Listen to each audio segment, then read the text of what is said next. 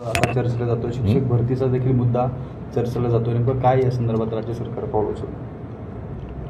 शिक्षक भरतीची दुसऱ्या टप्प्याची प्रक्रिया आता प्रगतीपथावर आहे.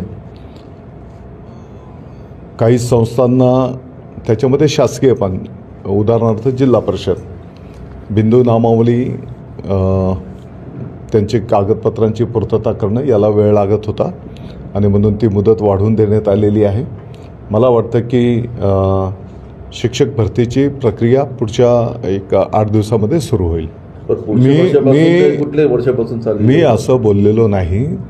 मी असं बोललो की येणाऱ्या शैक्षणिक वर्षामध्ये म्हणजे जून महिन्यापासून जे काही आपल्या शाळा सुरू होतात, साधारणपणे येणाऱ्या वर्षाला म्हणजे 25-26 असं आपण बोलू शकतो. इयत्ता पहिली फक्त या वर्गाच्यासाठी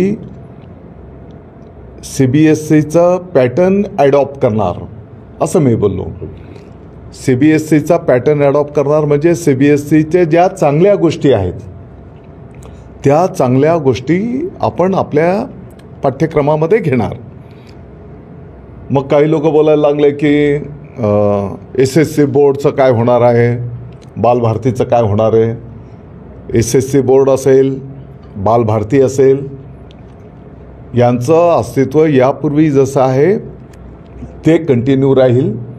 त्यांच्याच माध्यमातून हे सर्व विषय पुढे नेले जातील आणि मला वाटतं की आणखी सविस्तर बाबी त्या पत्रकार परिषदेच्या माध्यमातून, सभागृहाच्या माध्यमातून संपूर्ण महाराष्ट्राच्या पालकांच्यासाठी, विद्यार्थ्यांच्यासाठी, जसं मी आता बोललो की या क्षेत्रात कार्य करणारे अनेक महानुभाव आहेत, त्यांच्यासाठी आम्ही ठेवणार आहोत. माननीय मुख्यमंत्री महोदय मला वाटतं की काही मिनिटांमध्येच आता बैठकीसाठी या ठिकाणी येत आहेत. निश्चितपणे 2027मध्ये जो काही कुंभमेळा संपन्न होणार आहे त्या पार्श्वभूमीवर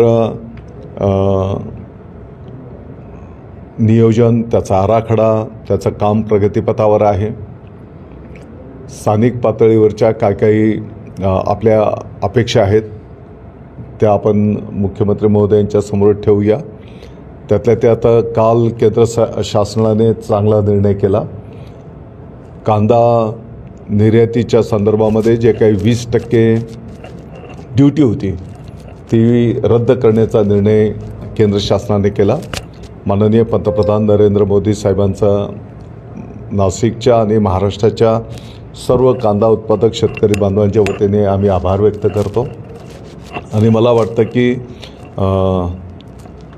नाशिक जिल्ह्याच्या विकासाच्या दृष्टिकोनातनं जे काही प्रकल्प यापूर्वी पण प्रगतीपथावर होते, किंबहुना आपल्याला काय अपेक्षित आहे ते मुख्यमंत्री महोदयांच्या समोर आम्ही सर्व मिळून ठेवणार आहोत.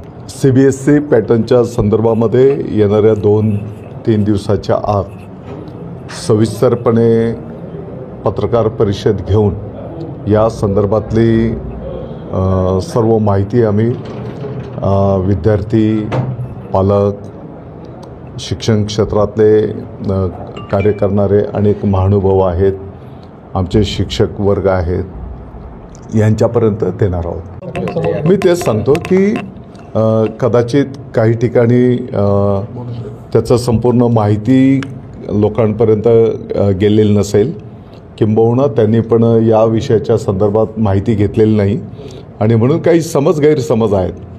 मला वाटतं की पत्रकार परिषद घेऊन आता अधिवेशन चालू आहे.